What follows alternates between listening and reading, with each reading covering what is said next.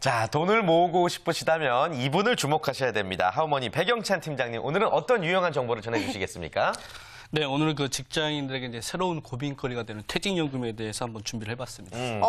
저 요즘 이 말이 정말 공감이 되는 게 은행에 가면은요, 퇴직연금에 대한 이 광고가 굉장히 많이 나와 있더라고요. 근데 이게 도대체 무슨 말인지 저는 잘 모르겠는데, 뭐가 뭐 어마어마해진 건가요? 뭔가요, 이거? 그거는 아닌 거고요. 네. 조금씩 점점 이제 추가가 되는 내용들이 있는데, 네. 기존에 많은 분들이 퇴직보험 이런 형태를 많이 알고 계셨어요. 근데 이제 퇴직연금이라는 건 이제 의무적으로 각 기업체에서 이제 시행하고 있는 것들입니다. 그래서 기존에 이제 퇴직금을 퇴직하시는 시점에서 수령하시게 될 때는 일시금으로 받는 경우도 있었는데, 네. 퇴직연금 같은 경우는 일시금은 아니고 이제 연금 형식으로 이제 수령하는 그런 제도라고 보시면 될 것 같고요. 네.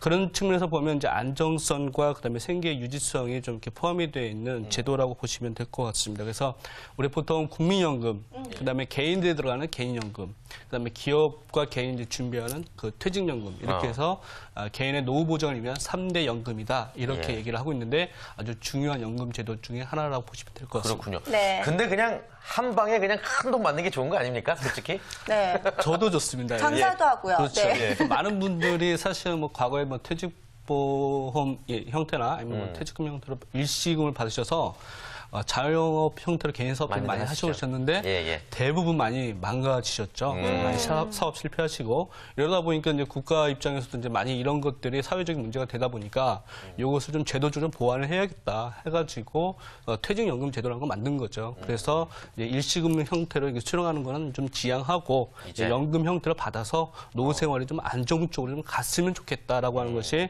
정부의 의지로 나온 정책 제도라고 보시면 될 것 같습니다. 네, 근데요, 이야기를 듣다 보니까 국민연금처럼 이게 간단한 게 아니라는 이야기를 좀 들었는데요. 이게 이 네 글자, 뭐 퇴직연금 이 네 글자만 알았지 내용에 대해서 모르시는 몰라요, 분들이 진짜. 굉장히 많은 것 네. 같아요. 저도 마찬가지고요. 네.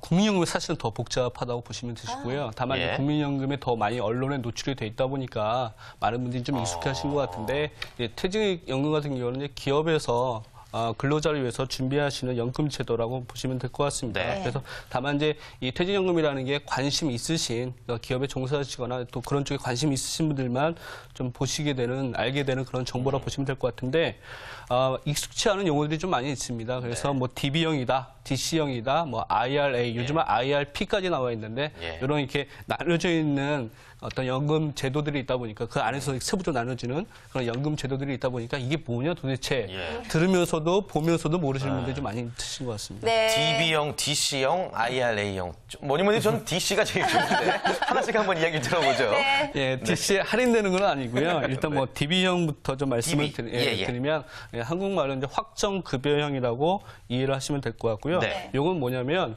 나중에 퇴직 시에 받을 때 내 연금이 정해져 있다는 겁니다. 예, 일단 나중에 말씀을 드리겠지만 DC형은 또 그 반대 개념이거든요. 네. 근데 나중에 내가 연금으로 매월 뭐 100만 원씩 수령하겠다. 이게 정해져 있는 거고요. 그렇기 때문에 지금의 근무 연수라든가 그다음에 개인이 받고 있는 연봉에 의해서 나중에 퇴직금이 정해져 있는 제도가 DB형이라고 보시면 됩니다. 아하. 예.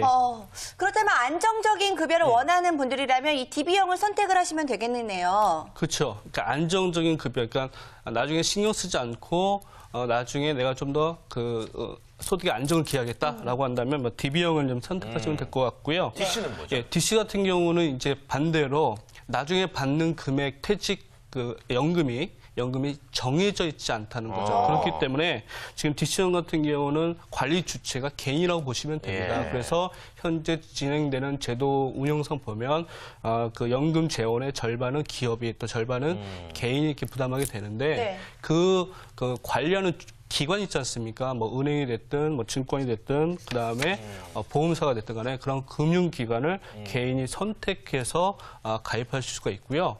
그러니까 이거는 나중에 확정돼 있지 않다 보니까 운용만 납입하는 중에 개인이 잘 운용을 하면 나중에는 대박. 근데 만약 잘 운용이 안 되고 어떤 경기 상황이 여러 가지 위험 요소가 발생을 해서 운용이 잘 안 됐다 하면 이거를 쪽박 이렇게 되는 좀 리스크가 좀 예. 있지 않을까 생각이 듭니다. 그럼 펀드 같은 거랑 비슷하다라고 생각하면 되는 건가요? 리스크 여부에 따라 네. 나뉘는 거군요. 그렇죠. 그런 형태를 예. 좀 나누시면 되는데 일단 네. DB형 같은 경우에는 이제 뭐 그 은행 예금 그다음에 DC 같은 경우는 뭐 그 펀드. 이렇게 아. 좀 생각해 보시면 될 것 같습니다. 그렇군요. 그렇군요. 이해가 이제 조금은 되는 것 같은데요. 자, 그렇다면 DB가 좋은 건지 DC가 좋은 건지 이 부분에 대해서도 좀 말씀을 해주셔야 될 것 같은데 네. 어떤 부분이 더 좋다고 말씀을 해주실 수 있을까요? 이게 딱히 어떤 게 딱 좋다라고 말씀을 드리기 뭐한 게 이게 선호도가 좀 따라 다른 거고요. 투자 성향도 다르고. 예, 그렇죠. 예. 나중에 이제 내가 연금을 받는 것이 나는 좀 더 많이 받아서 내가 운용을 잘해서 자신감이 있어서 더 받겠다.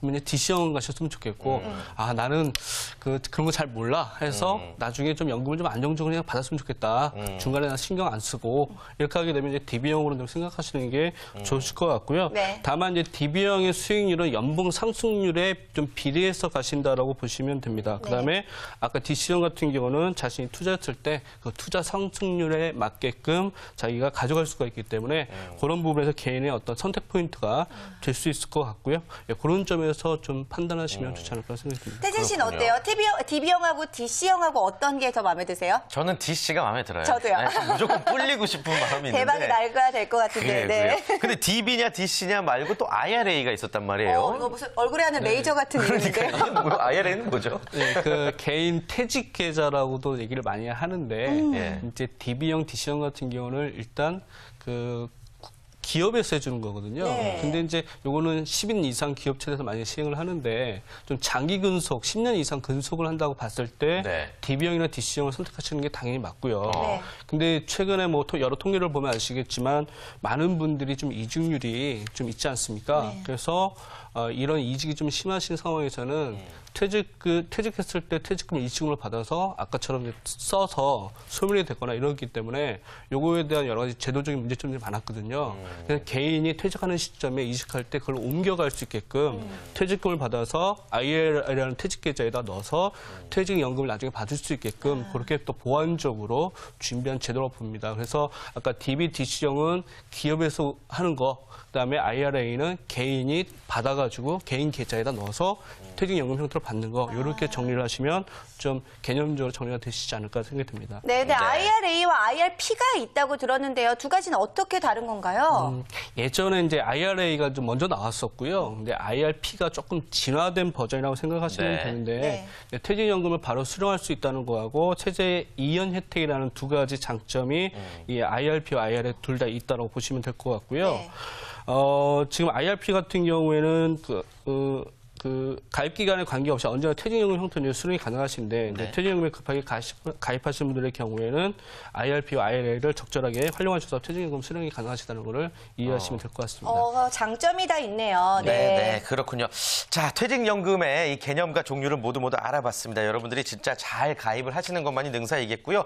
저희 같은 그 프리랜서들, 직장인이 아닌 경우에는 해당이 되는 얘기가 아니죠? 아니죠. 이제 요즘은 아까 IRP 말씀을 제가 잠깐 이제 설명을 놓쳤는데 네. 이제 IRP 같은 경우가 IRA에 좀 진화된 발전된 버전이라고 했잖아요. 그래서 예. 퇴직자라든가 자영업자들 또 개인사업자들 아하. 가입하실 수가 있습니다. 네. 그러니까 IRA 같은 계좌, 퇴직 계좌를 좀 고민해 보시는 게 좋으실 것 같고요. 알겠습니다. 노후 보장하셔야 되잖아요. 네. 더더욱 필요하시기 때문에 예. 관심 있게 지켜보시면 될 것 같습니다. 방송이 끝난 후 자세한 친절한 상담 부탁드리겠고요. 자, 마지막으로 또 퇴직연금 가입을 망설이고 계신 분들에게 마지막 한 말씀 부탁드리겠습니다. 퇴직연금 참 중요하고요. 그다음에 이제 국민연금은 또 가장 기초가 되는 내가 밥을 먹을 때 기본적인 어떤 주식이라고 보시면 될 것 같고요. 네. 퇴직연금 같은 경우는 거기에 이제 맛있는 반찬이라고 생각하시면 될 것 같고 또 개인연금 같은 경우는 거기에 또 별미로서 먹을 수 있는 또 하나의 음식이라고 생각하시면 될 것 같습니다.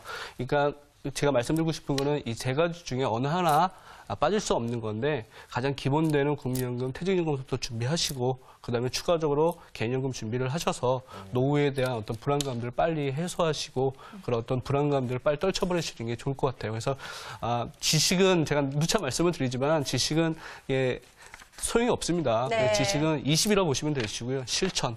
그래서 지금 당장 오늘 이 말씀을 드리셨으면 퇴직계좌 열어보시고 아니면 기업에 다니고 계신 분들은 퇴직연금 빨리 가입하셔서 노후 준비하시는 게 좋을 것 같습니다. 그렇군요. 자, 오늘 하우머니 시간을 통해서요. 퇴직연금에 대해서 자세히 알아봤습니다. 다음 주에도 유용한 정보 기대해 볼게요.